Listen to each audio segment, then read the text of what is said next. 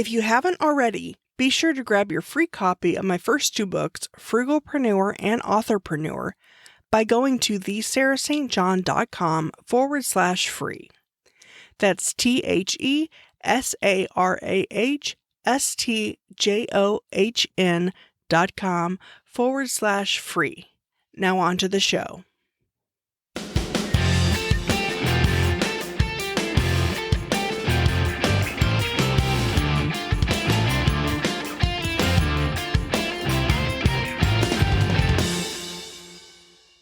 Welcome to the Frugalpreneur podcast. I am your host, Sarah St. John, and today we have Gina Horkey from HorkeyHandbook.com. Welcome to the show. Thanks so much for having me, Sarah. And can you tell the listeners a little bit about yourself, what Horkey Handbook is, and how you got started? Yeah, so the naming of the website is my story. My last name is Horkey, Horkey. I married into German descent. Fun fact, we went to Prague, and I think it was 2018. And this ties into my story too, because I was flown out there by a client. I was a virtual assistant at the time offering customer services, and they did a remote team meetup in Prague. So it was like my first time going overseas and an amazing experience. But my husband came with, and we took a bus trip to Germany, which is right next door. And we got to kind of see our name displayed all over the place based on the area that we were in. So kind of a fun coming of age, getting into the roots of where we come from. But I named HorkeyHandbook.com. It's just kind of a fun alliteration with the two H's. And I broke into freelance writing in 2014. I had a full-time career in finance, and I was almost about a decade in to that environment, but I wanted something different, like many of your listeners potentially that work full-time, 9 to 5 in corporate America. It wasn't what I wanted to do when I grew up anymore. And I'm still figuring out the answer to that question, by the way. I've since learned that it's kind of just an evolution, right? Like you need to kind of be open to opportunities and where your career is going to lead you. And for me, my chapter in finance was coming to a close, and I wanted something different. And I was the breadwinner for our little family of 4 at the time. I had a 10-month-old, and our kids are 19 months apart. And my husband quit his job when our second was born in 2013. So it wasn't even a year later, after he was home all the time, that I got like this itch to do something different. And I wanted that flexibility and freedom that freelancing can bring to the table. And so I started doing freelance writing, and I found some clients and got paid, and then transitioned as well into adding some different virtual assistant services to the mix, and built a business around that enough so that I was able to leave my kind of corporate job behind within the first 8 months. And I've been doing it ever since, now more teaching other people how to break into offering services online. So what sparked your entrance in freelance writing? Yeah, that's a great question. So I was trying to figure out kind of my place, and I didn't even know that freelance writing was a thing, that people were paying contractors to create content for their websites or do, sales copy for websites, or you can ghostwrite books. Like there's a million different services that you can offer even underneath the freelance writing umbrella. I did not have a journalist background. My background isn't even in finance. I went to school and graduated with a psychology degree, which I think served me well. So I enjoyed writing. I knew I was a strong communicator, and I had tried my hand at a couple of like fiction novels that have not seen the light of day since like the first draft of being completed. And I'm okay with that. They're probably pretty horrible, but it was like one of those hobby passion type things that once I learned that this opportunity existed, I was like, oh, I can probably do that. And turns out that I could. Wow, that's really interesting. So you wrote like blog posts and things like that? Yeah, my first gig, and it's been fun. I'm 6 years in now to my journey of working online. And so the very first thing that I got commissioned to write was 2 ghost written blog posts on gluten-free couponing. And I was not and am not gluten-free. And I'm not really a couponer. I'd seen a couple of those episodes of extreme couponing and the hoarder editions, where they have like 1,200 deodorant sticks on their nicely organized shelves. But yeah, I figured like that's something that I can learn enough about, or that I've heard enough about to be able to create some content around. And so I got paid $40 whole for those 2 articles.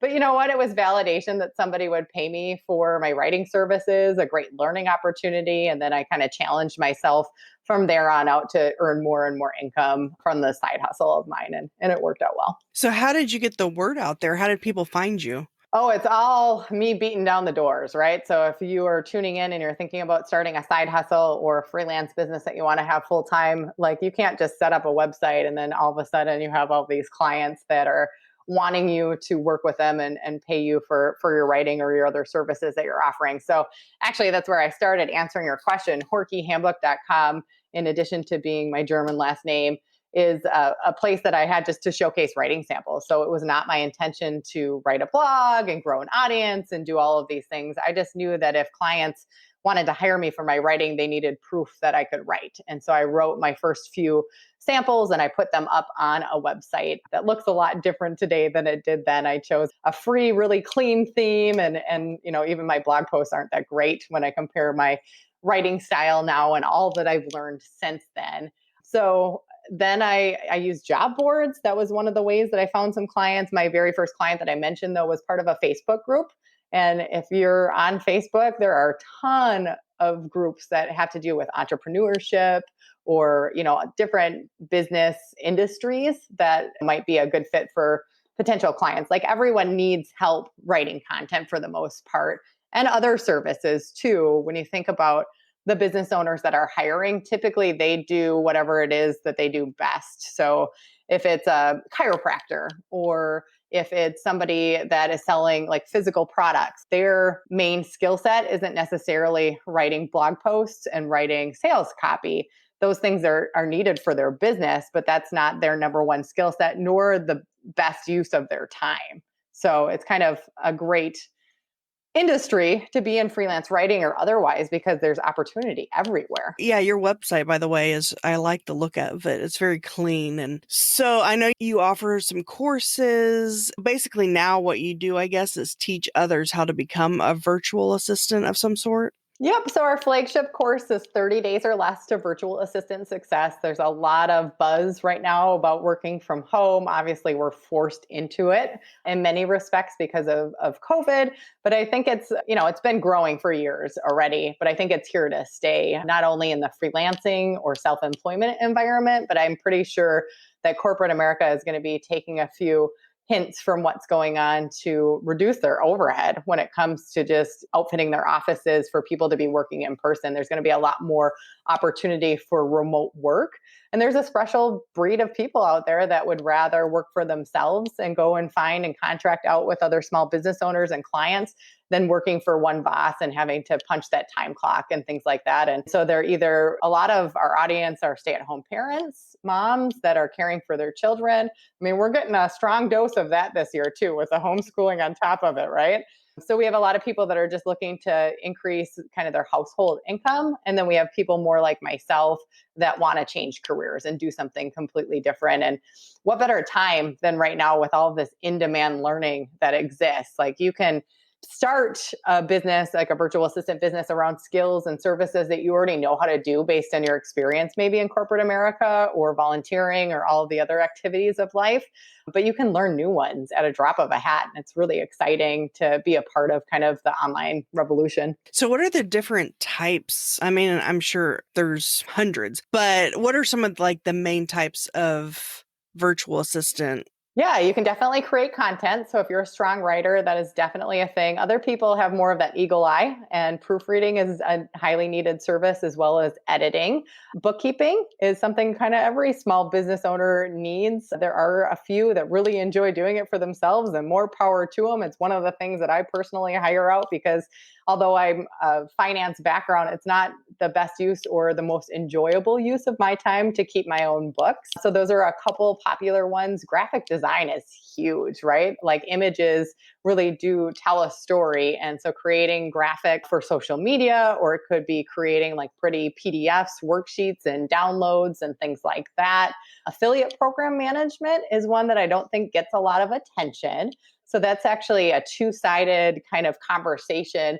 There are people like myself that have an affiliate program where when others decide to promote our services or our products, they can earn a commission for that introduction. And then there are other bloggers that will be an affiliate for people like me or other products or services, and they will then promote their offerings in order to earn that commission. So somebody that does the affiliate marketing management then can work for somebody like myself that has the products, or they can work for like the blogger, let's say, and manage those relationships, including things like commissions and updating links. You could be somebody that does website design. You could do website management, so keeping all of the plugins up to date. You can do things that come to like sales and marketing, so writing out email sequences and creating opt-ins. And like we could probably talk about this all day long. Do you hire out anything in your business? I don't currently, as the frugalpreneur, I basically have to do everything myself right now because I don't have a big budget. But, at some point as the business grows, then hopefully I can start outsourcing some things. I've actually thought about, so I do all my like podcast editing, my audiograms, my images, all that kind of stuff. So I started thinking, well, I kind of enjoy doing that for myself. Maybe I could start charging people to do it for them. So I'm in the beginning stages of launching podcast production. So I guess that would be kind of like a virtual assistant in that respect. Yeah, to take a step back. So, how we define a virtual assistant is just anyone that's trading time or skills or services in exchange for pay from a small business owner that needs that help, and they're doing it virtually or from afar. It's a self-employment capacity versus being hired by somebody as an employee. One of the more recent courses that we've developed and we published late last year is called Podcast Production School. So, exactly what you were just saying. And it's an amazing service to be able to offer, because underneath that podcast production umbrella are numerous different things. And you already named a few of the most popular as far as editing audio. You can write show notes, you can repurpose content. So that comes into play with promotion on social media. If you're working with a podcaster that has a pretty good following, you can manage sponsorships for them. You can do guest outreach. There's a ton just underneath that medium alone that's really helpful to people that have grown a big show. But even for people that don't have a large audience or even an existing podcast, so business owners need to be able to market themselves and differentiate themselves from their competition. You can work with a business owner to help them to start and launch a podcast as well, which is really exciting. Yeah, I saw that podcast production school. That's pretty cool. I don't know that there's really anything out there. I mean, there's courses here and there, but yeah, I don't know of any course about producing podcasts. And the courses that I know of, like Pat Flynn's or whatever, are more about like do it yourself. You can launch your own show and develop a following. Yep. And the thing that we do differently, and this is based on all of our experience over the last 6 years and me starting my own service-based business, is how do we teach people the hard skills so that they can go and come alongside business owners? Because again, we were talking before about like there's certain things that you do best, right? So when I was in finance, like meeting with clients and doing financial plans and analysis and all of that was very important to my role. But there's so many other parts or hats that you have to wear as a business owner that if you really want to grow and scale, you can totally do the majority of those things yourself. It's just going to be limiting as far as how many clients you're able to work with or how many projects you're able to take on at any given time, unless you grow a team. Growing a team isn't for everybody, though, and neither is being an entrepreneur or being self-employed. So you kind of have to just take an inventory of what it is that you're interested in, what do you enjoy doing, and then kind of go from there. So how did you get the idea for starting the podcast production school? It's a huge, huge, huge medium. So when you think about content marketing and how you can reach like a target audience or your ideal customers, there's kind of three main ways to be able to do that. One is going to be in text, and that could be creating quality content for your blog. It's developing an email newsletter list and, talking to people through, again, that text medium of being able to have those conversations in that way. YouTube and video is another huge area for people to be able to reach their target audience. And then there's this wonderful marriage in between the two of podcasting, which is really just recording conversations. The great thing about podcasting is it's something that the average person feels like they can do. Yes, there might be some tech setup that seems a little bit intimidating. And if you want to do it all yourself, you'll have to figure out the whole editing of audio and getting it distributed and things like that. But if you don't want to do it yourself, it's really just recording yourself having conversations. And that can be a solo show. It can be like what we're doing right now, where you have a guest, or you could have a partner in crime that you're having conversations back and forth with. And so because it's audio, people don't have to feel like they're a super strong writer. They don't have to feel like they're camera ready or that they have the face for video, right? It's just a really accessible medium that's continuing to grow by leaps and bounds as far as the average person now knowing how to download and listen to a podcast episode. I was just talking with a friend of mine, Jason, I think it was yesterday, and he was talking about the days when you had to actually download an MP4 file onto like your phone or your computer, and that's how you listen to podcasts. And that wasn't very accessible to the average listener, right? I use like Podcast Addict is the app that I choose to listen to things on my phone. Other people use Stitcher or iHeartRadio or whatever. Like it's just the new way of absorbing content, and you can listen to a video podcast, but the majority of them are all just audio. And so we were real passionate about the medium of audio. I've been doing guest interviews for years and years and years. And my partners, one of them, Mel, is in podcast production. So she does that for a living. She's also a voice actor, which is really cool. And then Haley is our kind of third stool. And she's been using a podcast to sell her coaching services for years. And so we've all had these different experiences and really positive experiences within this medium. And we figured, hey, why not teach other people how to offer this as a service, because it's so needed in a business owner's life. And then what are the VA leads? I guess, is it like people can come to your website, Horkey Handbook, to find virtual assistants? Almost kind of like you're matching up virtual assistants with people looking for virtual assistants? Yeah, so our primary customer are actually our students, people that are looking to start a virtual assistant business. And here's the thing, I run in circles with a lot of entrepreneurs that are looking for good quality help. And so we have this free service called the Virtual Assistant Finder that business owners can come to and just plug in their details. We have a pretty intuitive questionnaire that really gets to the needs of what they have and what they're hiring for, so that we can then compile that information and put it out to our community of people that have enrolled and completed our courses. And then they get to reach out to that business owner themselves, and we teach them a lot of really great strategies to set themselves apart from the competition. Our community is usually between 400 and 500 people at any given time, even though we've trained thousands and thousands of virtual assistants at this time. But they are able to use that as one of the places that they're able to prospect for business and build their business. And then on the other side of that, business owners know that we train in a specific way. And our whole goal is to make the working relationship as easy as possible. And a lot of the strategies that we teach are things that I implemented myself. And I take a lot of pride in the fact that when I was leaving finance and I had that kind of hard conversation with my office that, hey, this isn't for me anymore. I'm going to be moving on. I've been building this thing on the side. I was able to help find and hire and train my replacement. And then I was able to use all those systems and those processes that I had developed over the 6 years that I had been with them in order to onboard her and set her up for success.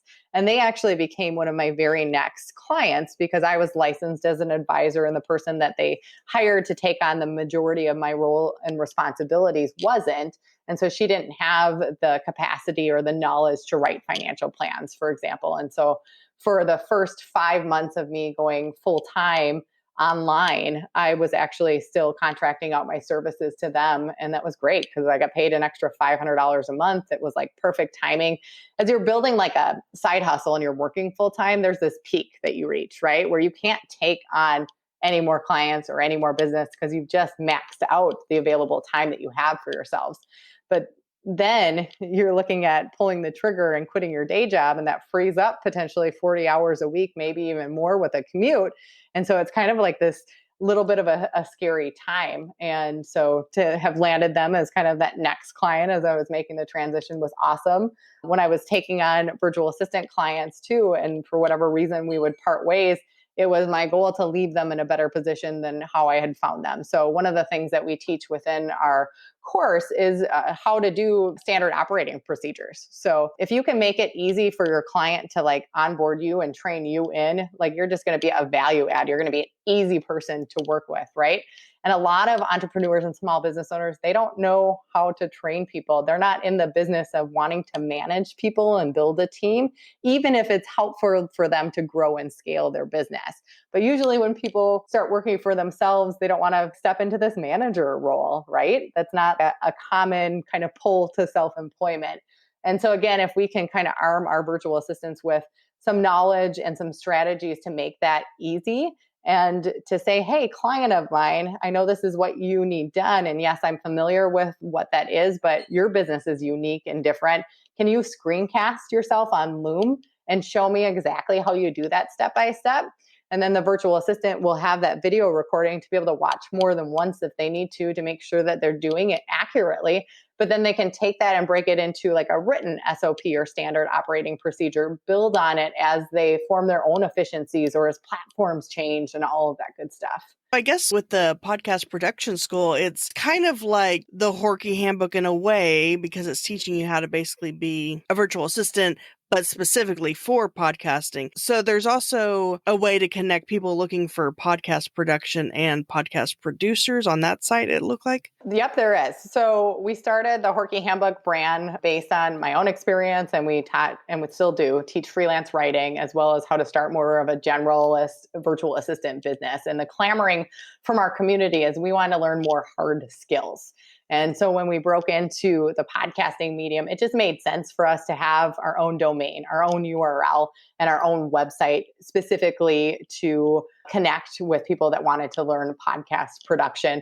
We also got a little bit away from the virtual assistant term because in some people's mind, it's like the stereotype of cheap overseas labor. And here's the thing, there's a lot of people here working domestic in the United States that have skills or can learn skills that are in demand and that are very valuable to business owners. And so we wanted to make sure that we were able to instill some confidence in them in kind of the title that they gave themselves, as well as then the rates that they were charging. So when you take a look at rates, like this is a super common question, like how much money can I make as a virtual assistant? The research that exists is pretty in line with what we see in our community and what companies are having for a budget, because that's one of the questions that we ask, like what are your needs, tell us about your business, and what is your budget, so that we can adequately represent them and people know if they're qualified to pitch them and if they want to work with somebody. Now, not all business owners know what their budget is, or again, know how much virtual assistants charge. So there's some education and some negotiation that goes on there as well. But $20 to $40 an hour is typically what you're going to find for more of like a general admin virtual assistant. Now, the more experience that they have under their belt and the more that they develop those specialized skills, then it goes to the higher end of that range, maybe even like $30 to $50 an hour.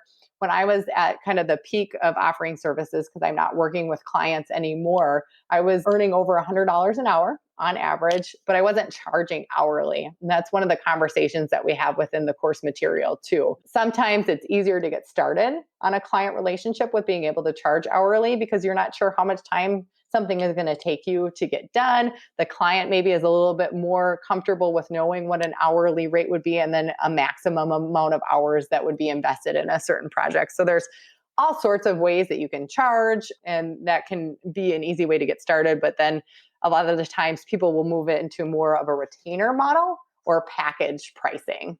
And then the more efficient that they get in the work that they do, they can kind of give themselves a raise without having to renegotiate with their client. Yeah, I'm glad you brought that up. That was actually my next question, was how much can you expect, at least in America, as a virtual assistant? But with podcasting, so here's my question. Say I start this podcast editing and production business. Which I think that you should.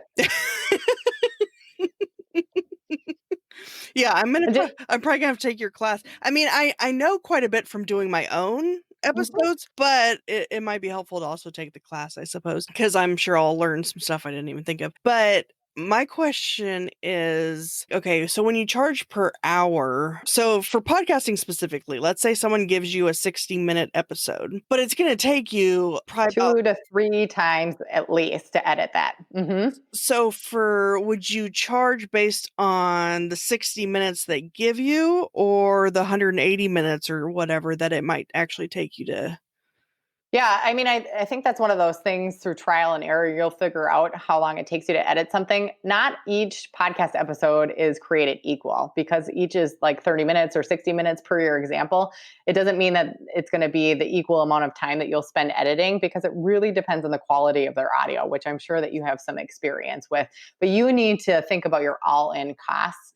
One of my mentors, his name is James Schramko. He's behind Super Fast Business and he's out in Australia.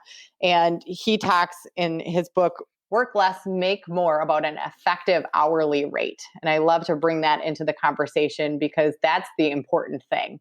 So, as a virtual assistant, as an online service provider, if you don't want to give yourself that title of VA, you need to be in tune with what your effective hourly rate is, which means how much do you make all in when you take all of the service activities as well as your own admin and marketing and all of that kind of stuff into account. Like, what's your hourly rate at the end of that? And that's after expenses if you have any associated with your business as well. And that's a metric that you can't just take, on a daily or a weekly basis and do that calculation and you're good. That's something to assess on an ongoing, like, rolling basis because you'd like for that number to go up over time.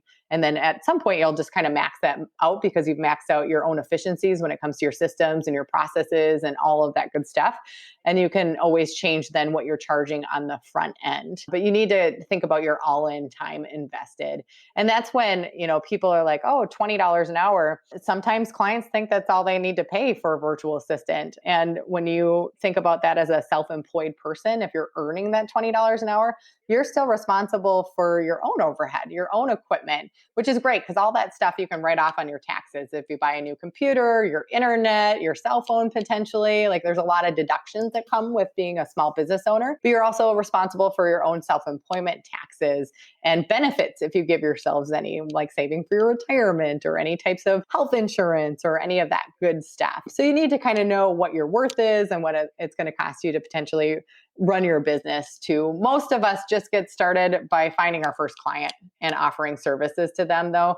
So you don't need to overcomplicate it. All that being said, you just want to gain some experience. You want to test out if these services are things that you enjoy doing and that you're good at. And it kind of evolves from there. You can also start your business under your own name and your social security number. So you don't have to file a business entity or do any real special licensure or certification or any of that kind of stuff either. Validate that you can find a client and get paid first. You brought up benefits. Is there any kind of virtual assistant organization where, like, all the virtual assistants in America, for example, are under a particular health plan? Is there anything like that? No. So I was actually self-employed prior to starting my virtual assistant business. So I had an LLC before, and we had our own, because my husband was a stay-at-home parent, we had our own individual healthcare plan. And then when I made the move eventually, like, our premiums were insane. They were like $1,200 a month, and we had this super high deductible. So we went to like a Christian health share plan. And then my company has grown now where we're going to get a group plan in place with it, also super expensive. It's one of those things that if you have a spouse that's still employed in corporate America, more than likely it's going to make sense to stay under their health benefits. Each state has an exchange. Here in Minnesota, I never found real good options, and that's why we went with that Christian health share. So it's really going to be individual situation based, unfortunately. There are some different organizations that will cover things like liability insurance, although I don't know that that's like a real huge need for your average person that's just offering customer service or whatever it is that they're doing. But hopefully that's an area that we'll see change because the freelancing marketplace, people that are self-employed offering services online, I don't know if it's like a third of people. Like I was just reading some statistics the other day, and the average person's making like $75,000 a year. So, I mean, there's room in there to budget some of these expenses yourself. But if you're just getting started, you'll need to know what are you leaving behind if you're quitting your job Mhm. in order to make educated decisions. But if you're just starting a side hustle, it's probably not going to be an issue right away. And then I guess you could even, as your workload, clientele, whatever expands, you could even, I guess, hire like subcontractors, I guess is. Yeah. Yep, Mhm. we'll get virtual assistants that have scaled into more, well, a couple of scenarios. One, they'll scale into more of an agency model. So they'll continue to take on clients and then they serve as kind of the client liaison as well as like the marketing department of growing their business. And then they'll hire other virtual assistants from our community to either do all of the work or just portions of the work. And then other virtual assistants will have select services that they offer, and then they'll just form relationships with other people. So when there's a client need that isn't in the scope of the services they offer, they'll either just do a direct referral or they can maintain that client relationship and again pay that subcontractor out beneath that. And what I found from my own personal experience is you need to charge enough if you're going to be running kind of an agency model where you're earning maybe like a 50% profit. So you need to charge a client enough that you can pay the person that's doing the work still a livable wage and then be able to have a profit on your end. If you're running like a 90-10, like you're charging $100 to the client and you're paying the virtual assistant or your peer $90 and you're only saving 10, it's just not worth it. I'd rather refer that out and not have any of the responsibility. Yeah, that makes sense. I was looking on the website at the different types of virtual assistant businesses you can start. And one that Mhm. kind of interested me, or I've had interest in the past, is